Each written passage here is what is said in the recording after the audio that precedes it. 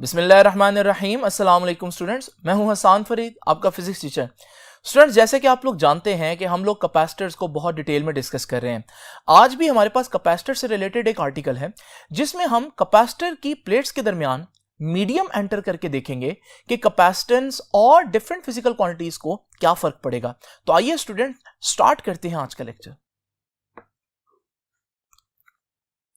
Students, आपको मालूम है कि हम गुज़िश्ता लेक्चर्स में कैपेसिटर को बहुत डिटेल में डिस्कस कर रहे हैं। आपको थोड़ा बहुत आइडिया हो गया होगा कि कैपेसिटर क्या होते हैं, लेकिन फिर भी जो नए बच्चे जो सिर्फ डायरेक्ट इस लेक्चर पर आए हैं उनके लिए मैं कैपेसिटर को सिर्फ 1 मिनट में एक्सप्लेन कर दूं ताकि आपको थोड़ा सा आइडिया हो कि हम पढ़ने क्या जा रहे हैं।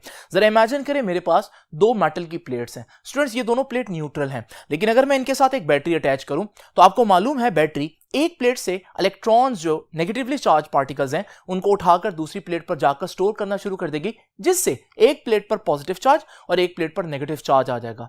स्टूडेंट्स, अगर मैं बैटरी हटा भी दूं तो आपको मालूम है ये चार्ज अब कहीं जा नहीं सकता, क्योंकि जो चार्ज प्लेट के ऊपर आ गया है वो अब कहीं भी नहीं जा सकता, क्योंकि वो किसी के साथ कांटेक्ट में नहीं है, मगर ये जाना जरूर चाहता है। अगर मैं यहां पर एक बल्ब लगा दूं तो आपको मालूम है इलेक्ट्रॉन्स को फिर से एक रास्ता मिलेगा पॉजिटिव प्लेट की तरफ जाने का, और वो फौरन से पॉजिटिव प्लेट की तरफ भागेंगे, जिसकी वजह से वो बल्ब में से गुजरेंगे, और बल्ब में से चार्ज का गुजरना करंट कहलाता है, और हमारे पास बल्ब जो है वो इस वजह से ऑन हो जाएगा जब तक वो कैपेसिटर पूरी तरह डिस्चार्ज नहीं हो जाता। तो स्टूडेंट्स, आप लोगों ने देखा कि किस तरह से हम कैपेसिटर के ऊपर चार्ज स्टोर कर सकते हैं, लेकिन जरा तवज्जो कीजिए, दोनों प्लेट्स के दरमियान देखें।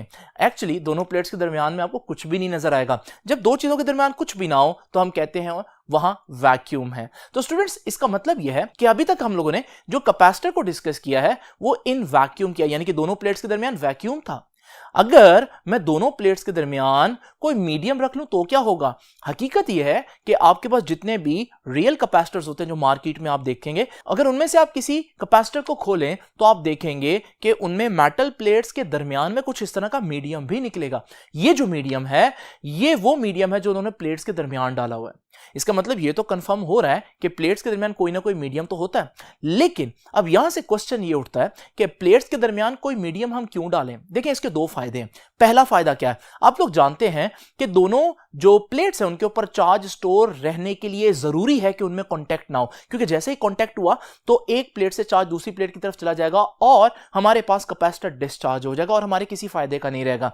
यही वजह है कि हम जो दोनों प्लेट्स हैं उनके दरमियान में कोई ना कोई इंसुलेटर रखते हैं ताकि चार्ज एक प्लेट से दूसरी प्लेट पर ना जा सके।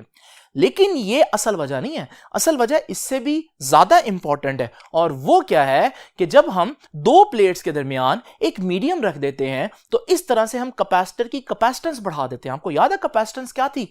उसके चार्ज स्टोर करने की एबिलिटी। इसका मतलब चार्ज स्टोर करने की एबिलिटी हम बढ़ा देते हैं। लेकिन ये कैसे होगा इसको तो हम डिटेल में डिस्कस करेंगे, लेकिन ये जो पॉइंट है कि हमारे पास प्लेट्स के दरमियान में मीडियम रखने का दूसरा फायदा क्या बताया मैंने आपको? कैपेसिटेंस बढ़ जाती है। यह पॉइंट आपके आर्टिकल का पहली लाइन है जो कि आपकी बुक यहां से आगाज कर रही है कि मीडियम के आने से कैपेसिटर की जो कैपेसिटी है यानी कि कैपेसिटेंस है वो बढ़ जाती है चार्ज स्टोर करने की। नाउ स्टूडेंट्स, ये कैसे बढ़ जाती है इससे जानने से पहले हम ये देखेंगे कि कैपेसिटर में चार्ज को स्टोर करने की एक लिमिट क्यों है, एक हद क्यों है। उससे ज्यादा चार्ज स्टोर करें तो क्या होगा? जरा इमेजिन करें स्टूडेंट, अगर मैं इस कैपेसिटर पे थोड़ा सा चार्ज स्टोर करता हूं तो आपको मालूम है ये ऑपोजिट चार्जेस हैं, ये एक दूसरे की तरफ जाना चाहते हैं लेकिन जा नहीं पाएंगे, क्योंकि फोर्स ऑफ अट्रैक्शन इतनी नहीं है, पोटेंशियल डिफरेंस इनके दरमियान इतना नहीं है कि ये एक दूसरे की तरफ जाएं। इसी तरह स्टूडेंट्स, अगर मैं चार्ज ज्यादा स्टोर करूं तो फिर क्या होगा? चार्ज ज्यादा स्टोर होगा तो पोटेंशियल डिफरेंस बढ़ जाएगा दोनों प्लेट्स के दरमियान, और दोनों प्लेट के चार्जेस एक दूसरे की तरफ आने के लिए उनकी ख्वाहिश और ज्यादा स्ट्रांग हो जाएगी। बिल्कुल इसी तरह से अगर मैं और चार्ज स्टोर करूं तो भी आप देखेंगे कि चार्ज ज्यादा होने से पोटेंशियल डिफरेंस और बढ़ जाएगा, और पोटेंशियल डिफरेंस बढ़ने का मतलब यह है कि चार्जेस की एक दूसरे की तरफ जाने की ख्वाहिश बढ़ जाएगी। एक हद ऐसी आएगी कि जब मैं चार्ज इतना ज्यादा स्टोर कर दूंगा कि हमारे पास अब प्लेट जो है वो चार्ज को रोक नहीं पाएगी और इलेक्ट्रॉन्स जो हैं वो अपनी प्लेट को छोड़ते हुए पॉजिटिव प्लेट की तरफ लपकेंगे, और हम कहते हैं ये एक इलेक्ट्रिक डिस्चार्ज है।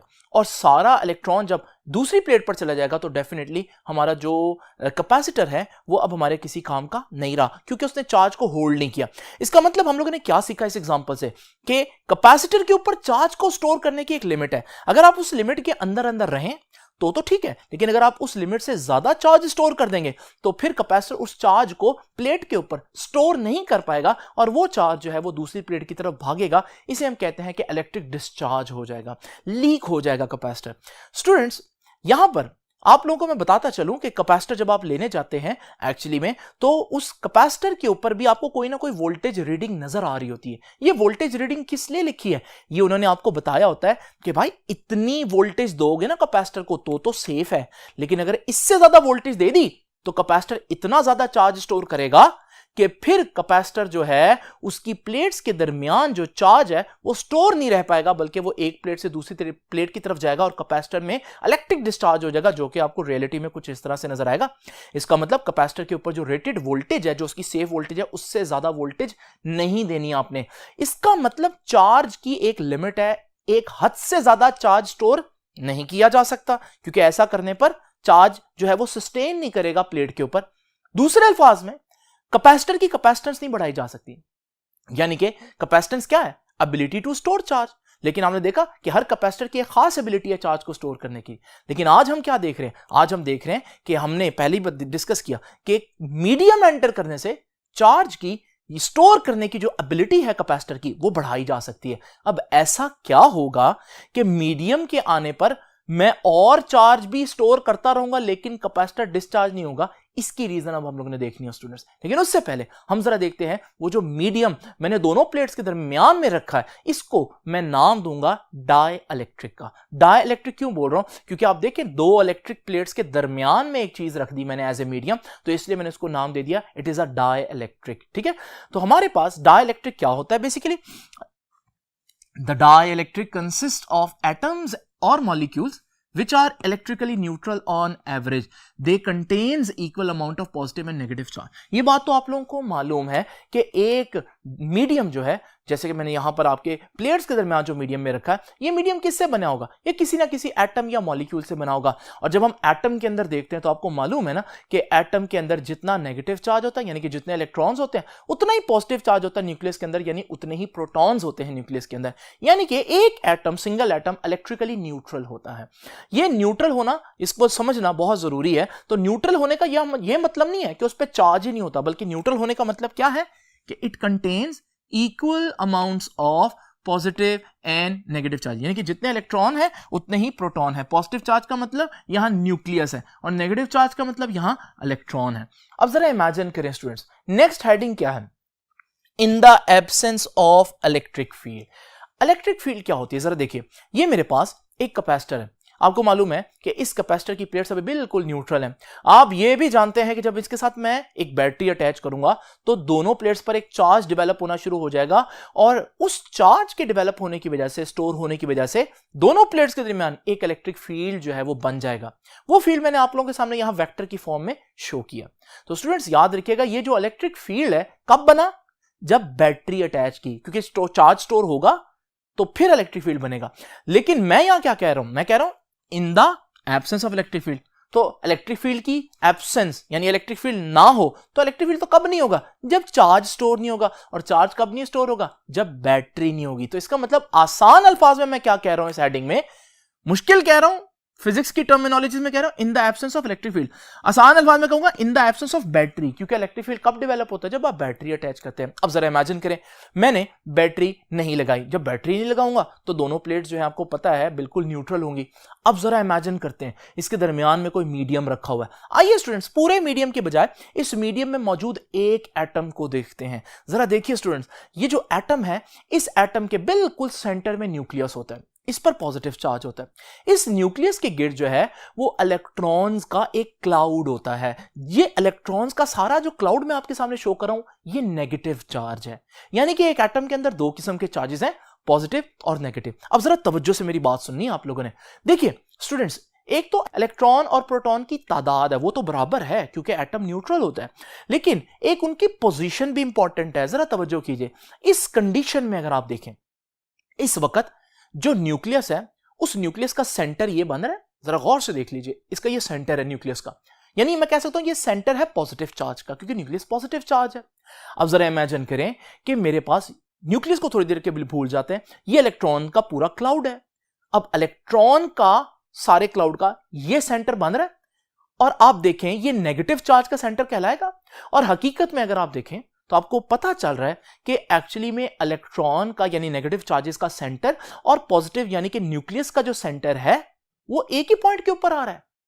इस वक्त हम कहते हैं कि दोनों का सेंटर कोइंसाइड कर रहा है, तो इसका मतलब इलेक्ट्रॉन और प्रोटॉन की तादाद तो बराबर थी, लेकिन इलेक्ट्रॉन और न्यूक्लियस की जो हमारे पास पोजीशन है वो भी बिल्कुल कोइंसाइड कर रही है। तो स्टूडेंट्स याद रखिएगा, एब्सेंस ऑफ इलेक्ट्रिक फील्ड यानी जब बैटरी नहीं लगी होगी तो आप जब एटम्स को देखेंगे तो क्या नजर आएगा, the distribution of these charges यानी कि एटम्स के अंदर in the atoms and molecules is such that, कुछ इस तरह से होगी चार्जेस की distribution, that the centre of positive charge coincides with the centre of negative charge, के पॉजिटिव चार्ज का जो सेंटर है, पॉजिटिव चार्ज का जो सेंटर है वो कोइंसाइड कर रहा होगा, बिल्कुल ऊपर आ रहा होगा नेगेटिव चार्ज के सेंटर से। कब स्टूडेंट्स? जब बैटरी नहीं लगी होगी। अब जरा स्टूडेंट्स इमेजिन करें अगर बैटरी लगी हो, जब बैटरी लगेगी तो इलेक्ट्रिक फील्ड भी आएगा, तो इसलिए मैंने हेडिंग क्या दी, in the presence of electric field. आसान अल्फाज में मुझे क्या कहना चाहिए, in the presence of a battery. अब बैटरी आएगी तो मीडियम को क्या फर्क पड़ेगा, आइए जरा देखते हैं स्टूडेंट्स। ये मेरे पास वही दो प्लेट्स हैं और उनके दरमियान मीडियम के एटम्स आप लोग देख रहे हैं कि बिल्कुल न्यूट्रल हैं, उनके चार्जेस जो हैं वो कंसाइड कर रहे हैं। अब होगा क्या, जब बैटरी लगाऊंगा तो बैटरी तो प्लेट्स को चार्ज करना शुरू कर देगी। अब जरा इमेजिन करें जब प्लेट्स चार्ज होना शुरू हो जाएंगी तो एक प्लेट पर पॉजिटिव और एक प्लेट नेगेटिव चार्ज आएगा, जैसे कि आता है चार्जिंग के दौरान। लेकिन स्टूडेंट्स जो तवज्जो करने वाली बात है वो ये है कि अगर मैं अब एक एटम को देखूं तो आप देख रहे हैं कि जो इस एटम का क्लाउड है वो इस प्लेट के नेगेटिव चार्ज से रिपेल होगा। जब ये रिपेल होगा तो ये नेगेटिव चार्ज थोड़ा सा इधर हो जाएगा और इस एटम का जो पॉजिटिव चार्ज है वो उस नेगेटिव प्लेट की तरफ अट्रैक्ट होगा।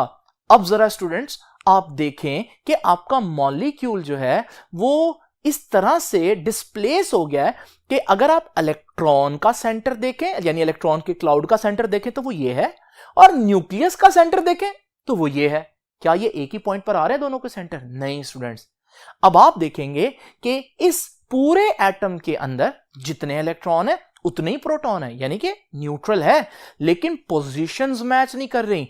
अगर आप इस एटम का एक साइड देखें तो आप देखेंगे उस साइड पर पॉजिटिव चार्ज ज्यादा है, तो हम कहेंगे ये वाला जो हिस्सा है इस एटम का इस पर हल्का सा पॉजिटिव चार्ज आ गया। और इसी तरह से जो दूसरा हिस्सा है क्योंकि इलेक्ट्रॉन का क्लाउड उस तरफ को डिस्प्लेस हो गया तो हम कहेंगे कि यहां पर नेगेटिव चार्ज जो है वो ज्यादा डोमिनेट कर गया, तो इस हिस्से पर हल्का सा नेगेटिव चार्ज है। यानी कि अगर मैं सिंबॉलिकली रिप्रेजेंट करूं तो कुछ इस तरह से रिप्रेजेंट करूंगा कि ये अब एक ऐसा एटम है जिसके एक साइड पर हल्का सा पॉजिटिव और एक साइड पर हल्का सा नेगेटिव चार्ज है। स्टूडेंट्स इसे कहते हैं ये एक डाइपोल है। अब इसका असर क्या होगा, ये साथ वाले एटम को भी इसी तरह से डाइपोल करेगा और वो साथ वाले एटम को इसी तरह से डाइपोल करेगा और पूरा मीडियम जो है वो डाइपोल बन जाएगा। तो हर एटम जो है मीडियम का वो डाइपोल बन जाएगा। तो स्टूडेंट्स ये सारी बातें मैंने यहां पर लिखी हैं कि in the presence of electric field क्या होगा। पढ़ते हैं जी। When the molecules of dielectric are subjected to an electric field, जब इलेक्ट्रिक फील्ड में रखेंगे मॉलिक्यूल को क्या होगा, the negative charges are attracted towards the positively charge plate. Negative charge है उसका पॉजिटिव चार्ज की तरफ अट्रैक्ट होगा, पॉजिटिव प्लेट की तरफ अट्रैक्ट होगा। And positive charges towards the negatively charge plates, और जो पॉजिटिव चार्ज है वो नेगेटिव प्लेट की तरफ होगा। उससे क्या होगा जी, electrons and nuclei undergo slide displacement. क्या होगा, इलेक्ट्रॉन और न्यूक्लियस जो हैं वो थोड़ा सा फासले पर हो जाएंगे, थोड़ा सा डिस्प्लेस हो जाएंगे, बिल्कुल जैसे मैंने अभी आपको दिखाया। दोबारा देख लीजिए कि हमारे पास ये जो एटम ओरिजिनली ऐसा था, जब प्लेट्स पर चार्ज आया तो ये एटम जो है कुछ इस तरह से डिस्प्लेस हो गया। आप देख रहे हैं, आप इमेजिन कर सकते हैं जैसे एक स्प्रिंग को नहीं स्ट्रेच कर देते, बिल्कुल वैसे ये मॉलिक्यूल भी स्ट्रेच हो गया। तो स्टूडेंट्स आगे वो कहते हैं कि as a result of this displacement centre of positive and negative charges are no longer coincides with each other.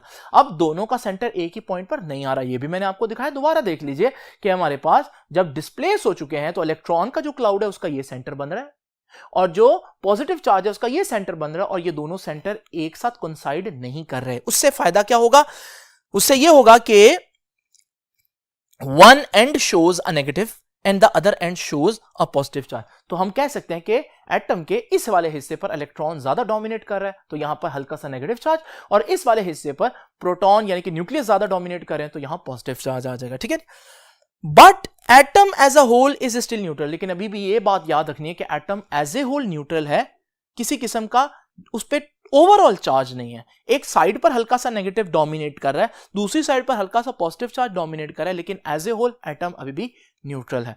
Students, इस तरह का जो एटम है जिसमें पॉजिटिव चार्जेस एक तरफ और नेगेटिव चार्जेस एक तरफ डिस्प्लेस हुए हो, इसे कहते हैं डाइपोल।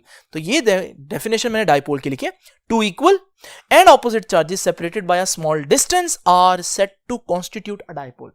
जब हमारे पास एक ऐसा एटम हो जिसमें एक पॉजिटिव और नेगेटिव चार्ज मौजूद हो, लेकिन हल्का सा एक दूसरे से डिस्प्लेस दूर होकर मौजूद हो, तो हम कहते हैं वो डाइपोल है। और ये जो प्रोसेस है जिसमें हम लोगों ने सारे एटम्स को डाइपोल कर दिया, इस प्रोसेस को हम बोलते हैं पोलराइजेशन।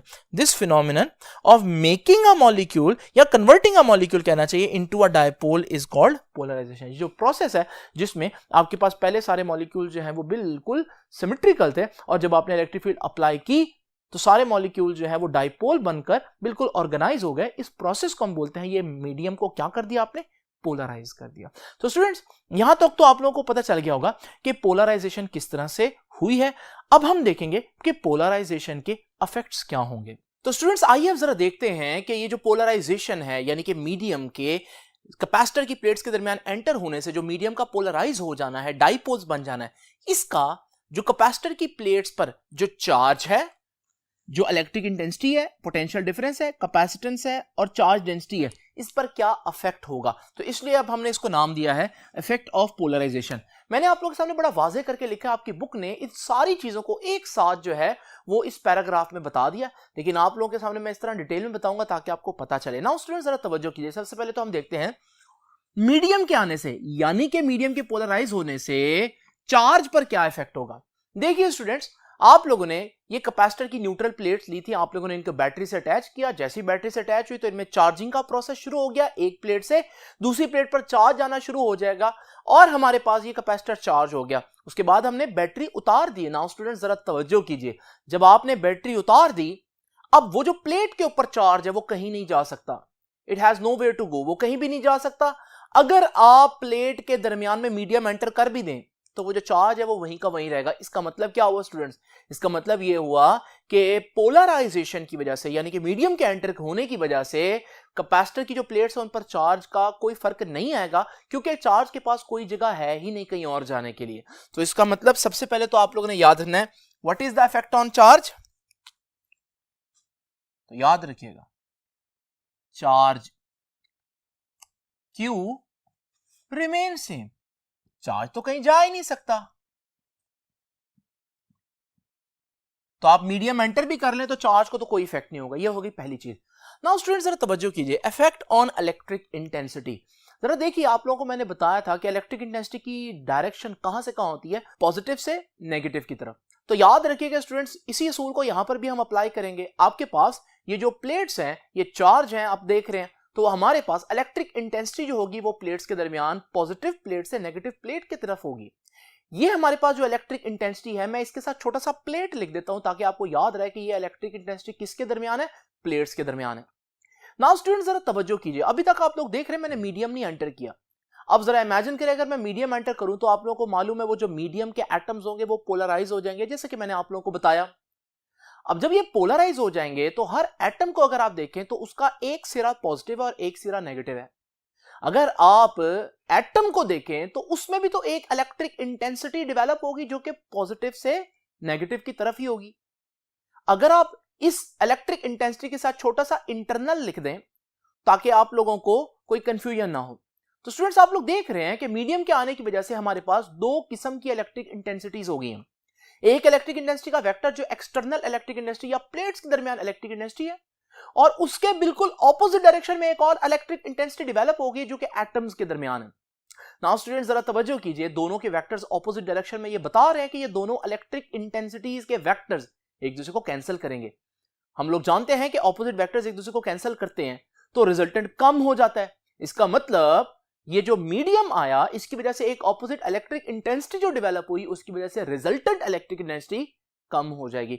तो इसका मतलब इलेक्ट्रिक इंटेंसिटी क्या हो गई, डिक्रीज हो गई। यह है दूसरा इफेक्ट। तो याद रखिएगा, इलेक्ट्रिक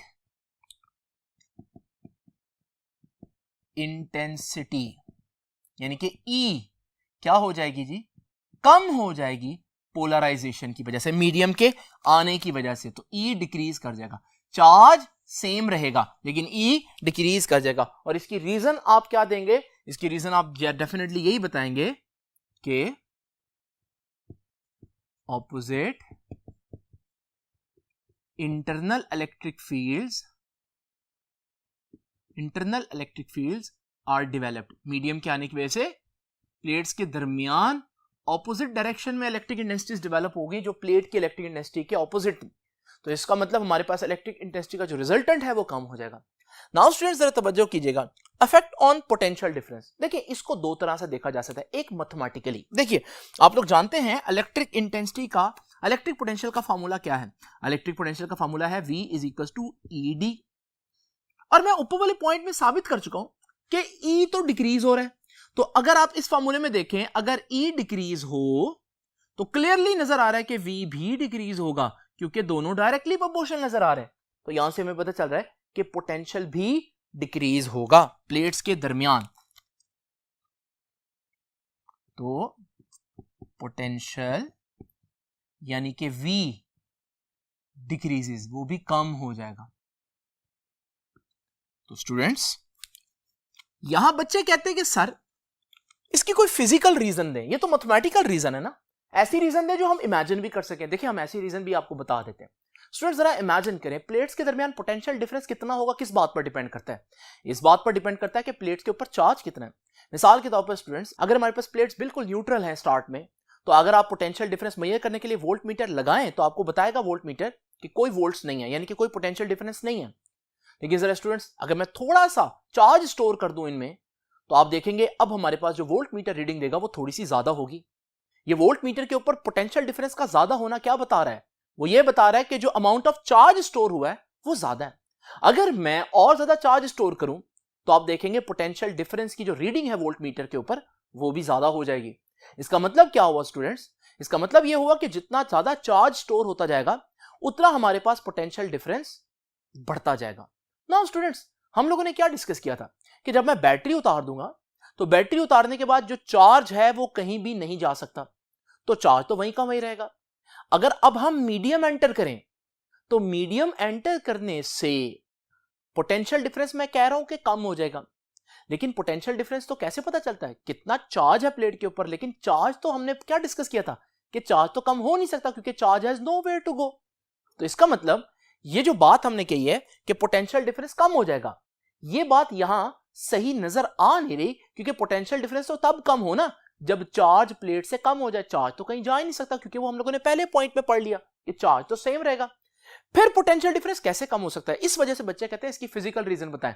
तो स्टूडेंट्स जरा तवज्जो कीजिए, अगर आप प्लेट पर इस चार्ज को देखें तो इस चार्ज को आप देख रहे हैं ये डायरेक्ट इंटरेक्ट कर रहा है इस ऑपोजिट चार्ज के साथ, जिसकी वजह से ये यहां पर इस इंटरेक्शन में इतना बिजी है कि आप समझ लें कि इसका इफेक्ट हम इग्नोर कर सकते हैं। बिल्कुल इसी तरह से बहुत से ऐसे चार्जेस आपको नजर आएंगे जो अपने ऑपोजिट चार्जेस के साथ इंगेज हुए हैं। चार्ज वहीं पर मौजूद है लेकिन चार्ज क्योंकि ऑपोजिट चार्ज के साथ इंगेज हुआ है तो इस वजह से इस वक्त इसका इफेक्ट नहीं आ रहा। यानी कि मैं कह सकता हूं कि अब आपकी जो प्लेट्स हैं उन पर अफेक्टिवली चार्ज थोड़ा सा कम है, चार्ज उतना ही है लेकिन इफेक्ट के लिहाज से देखें तो चार्ज कम है। जो इफेक्ट के लिहाज से देखेंगे चार्ज कम है तो फिर पोटेंशियल डिफरेंस जो डेवलप करना है वो सारे चार्जेस ने तो करना है, तो अगर उनका इफेक्ट कम हो गया ओवरऑल तो पोटेंशियल डिफरेंस कम ही आएगा। तो स्टूडेंट्स ये इसकी फिजिकल रीजन है। बेसिकली याद रखिएगा चार्ज नहीं कम हुआ लेकिन चार्ज का जो इफेक्ट है वो कम हो गया, क्योंकि चार्ज जो है वो एक किस्म का ऐसे लग रहा है जैसे वो ऑपोजिट चार्ज के साथ मिलकर न्यूट्रलाइज हो गया। एक्चुअली में न्यूट्रलाइज नहीं हुआ, उसके लिए चार्जेस को मिलना पड़ता है, लेकिन यहां पर हम इमेजिन कर लेते हैं इफेक्ट ऐसे ही कैंसिल हो रहा है। नाउ स्टूडेंट्स जरा तवज्जो कीजिए, ये तो हो गया पोटेंशियल डिफरेंस का इफेक्ट। अब हम जरा देखते हैं कैपेसिटेंस को क्या फर्क पड़ेगा, और ये सबसे इंपॉर्टेंट बात है। नाउ स्टूडेंट्स जरा तवज्जो कीजिए, इसको भी हम दो तरह से देख सकते हैं, मैथमेटिकली देखते हैं। पहले आपको मालूम है कैपेसिटेंस का फार्मूला हम लोगों ने क्या पढ़ा था, C is equal to Q over V। अब आप लोगों को मालूम है क्यों क्या है चार्ज, और हम लोगों ने पहले फार्मूला में पढ़ा कि चार्ज जो है वो कांस्टेंट रहेगा, तो चार्ज को तो कोई फर्क नहीं पड़ रहा। दूसरी क्या चीज आ रही कैपेसिटेंस के फार्मूला में, वो है पोटेंशियल डिफरेंस, और पोटेंशियल के बारे में हम लोग पढ़ चुके हैं। पोटेंशियल क्या हो रहा है, कम हो रहा है। तो जब पोटेंशियल कम होगा, वो डिनोमिनेटर में है, तो इनवर्स रिलेशन बन रहा है, तो पोटेंशियल कम होगा तो कैपेसिटेंस बढ़ जाएगी। तो स्टूडेंट्स ये हमारे पास फोर्थ इफेक्ट हुआ, मीडियम के आने से यानी कि पोलराइजेशन के होने से कैपेसिटेंस बढ़ जाती है। तो ये भी मैं आप लोगों को यहां पर लिख देता हूं कि कैपेसिटेंस